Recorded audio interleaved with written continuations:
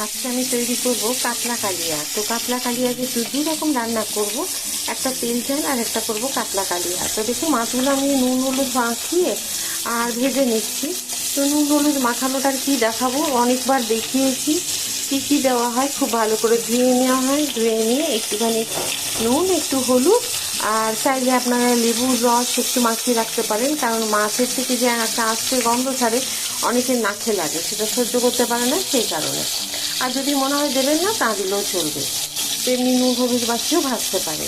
হ্যাঁ, একটুখানি চাইলে একটু সর্ষের তেল ওপর থেকে দিতে পারেন। আমি কিন্তু এটাতে কিছুই করিনি। তো যাই হোক, নুন হলুদ দিয়ে মেখে নিয়েছি। এখন ভাজা হয়ে গেলে রান্নাটা আপনাদের দেখাবো। আমি যে কাতলা কালিয়া করব তার জন্য দেখুন আমি প্রথমেই দিয়ে দেবো এখানে কালো জিরে।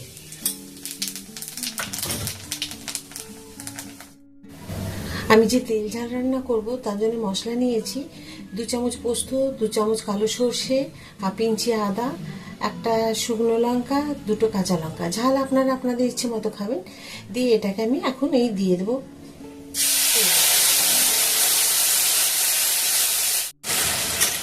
দিয়ে দেবো পরিমাণ মতো হলুদ,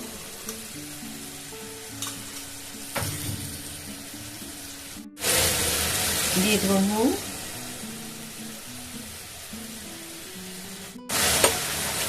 খুব সুন্দর যখন মিশে যাবে এর মধ্যে দেখুন আমি কিচ্ছু রান্না কিচ্ছু করছি না, একদম সিম্পল রান্না, কিন্তু খেতে হবে জানেন খুব টেস্টি। এখন দিয়ে দেবো আমি 3 পিস মাছ এখানে। এই যে দেখুন 3 পিস মাছ এখানে দিয়ে দিলাম।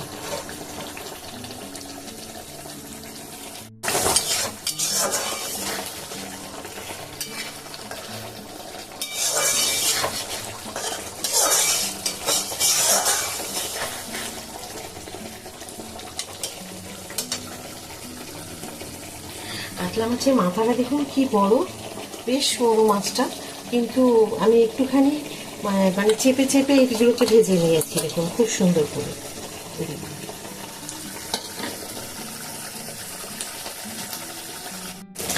কাতলা কালিয়া রান্না করব তার জন্য নিয়েছি আমি একটা মিডিয়াম সাইজের টমেটো, 2টো বড় বড় সাইজের পেঁয়াজ, হাফ ইঞ্চি আদা, আর 6 কোয়া রসুন। দেখুন ছোট ছোট রসুনগুলো আমি 6 কোয়া নিয়েছি। এই যে এখানে এগুলো এখন বেটে নিই মিক্সিতে, ততক্ষণ তেল ঝালটা হোক। একটা দিয়ে দেবো কাজু বাদাম, আমি যেমন দিয়েছি 8খানা কাজু বাদাম আর কয়েকটা কিশমিশ, এগুলো দিয়ে একসাথে সব বেটে দেবো। এখন দিয়ে দেবো দেখুন একটু সর্ষের তেল।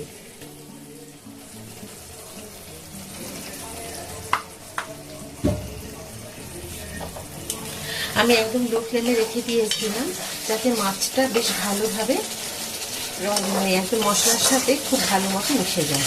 দেখুন কি সুন্দর তেল ঝালটা হয়েছে দেখতে। এই কড়াইটা কিন্তু আমি মাছ মাংসই রান্না করি, এটা কিন্তু ননস্টিকের ছিল জানেন। একদম মাজা ধোয়া করতে করতে এর পুরো উপরের এটা প্রোটিনটা উঠে গেছে। তো এখন দেখুন কীরকম হয়েছে বলুন। এটা হচ্ছে একদম সুন্দর হয়েছে দেখতে। কাতলা মাছের এইভাবে তেল ঝাল একবার রান্না করে খান, খেয়ে কেমন হয়েছে কিন্তু আমাকে জানাবেন।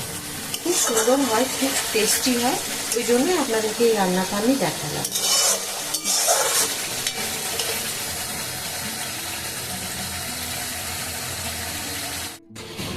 আমি যে কাতলা কালিয়া রান্না করব দেখুন আমি নিয়েছি কয়েকটা গোলমরিচ, 4টে এলাচ, আর একটা এলাচ, 4টে লবঙ্গ।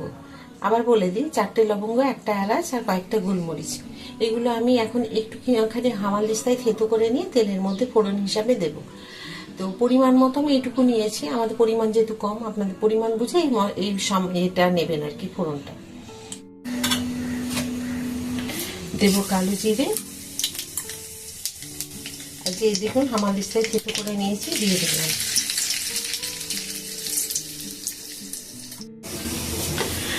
আমি যে মশলা করে রেখেছিলাম এখন দিয়ে দিব।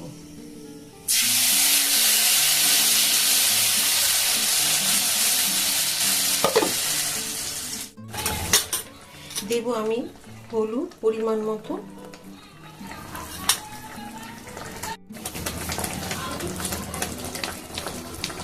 পরিমাণ মতো নুন, রেড চিলি পাউডার। গ্যাসের ফ্লেমটাকে আমি বাড়িয়ে একটুখানি কষিয়ে নেব।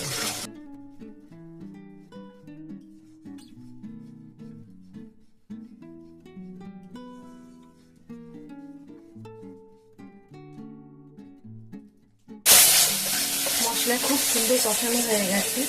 নমস্কার, পশ্চিম মেদিনীপুর থেকে পুতুলের হোম কিচেনে আপনাদের সকলকে জানাই স্বাগত। আশা করি আপনারা সকলেই খুব ভালো আছেন, আমিও খুব ভালো আছি। আজকে আপনাদের যে রান্নাগুলো দেখাচ্ছি সব থেকে কোন রান্নাটা ভালো লাগলো, দই কাতলা না কাতলা মাছের তেল ঝাল। কাতলা মাছের তেল ঝালটাও খুব সুন্দর হয় খেতে, আর দই কাতলাটাও খুব সুন্দর হয় খেতে। তো এই দুটো রান্নার মধ্যে সব থেকে কোনটা আপনাদের ভালো লেগেছে? তো দেখুন আমার তো মশলা একদম কষানো হয়ে গেছে, রেডি।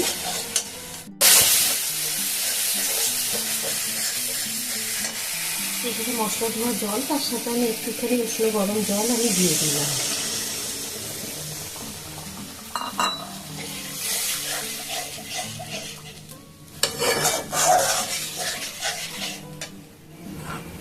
গুলো এই যে সব মাছগুলো দিয়ে দিলাম।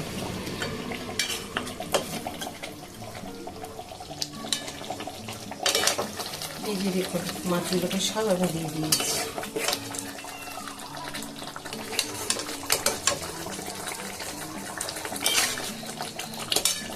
কাতলা মাছের মাথাটাও দিয়ে দিচ্ছি।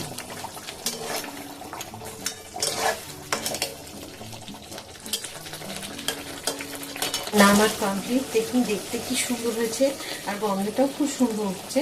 আমি এখানে যেহেতু গরম মশলা, লবঙ্গ, এলাচ যেটা হিসেবে আমি তেলে দিয়েছি পুরো, ওই জন্য আমি আর গুঁড়ো গরম মশলা দিলাম না। আপনারা চাইলে দিলে দিতে পারেন।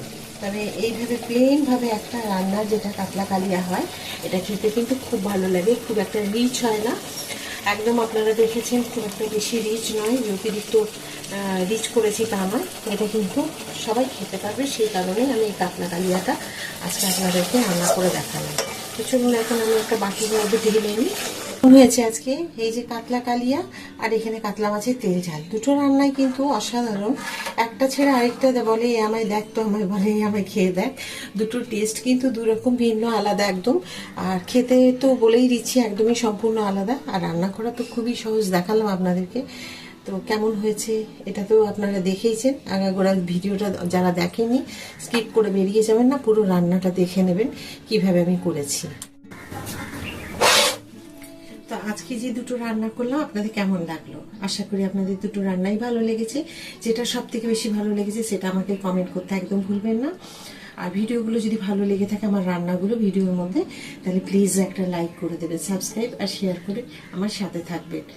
আবার একটা নতুন ভিডিওতে নতুন রান্না নিয়ে আপনাদের সকলের কাছে আমি চলে আসবো।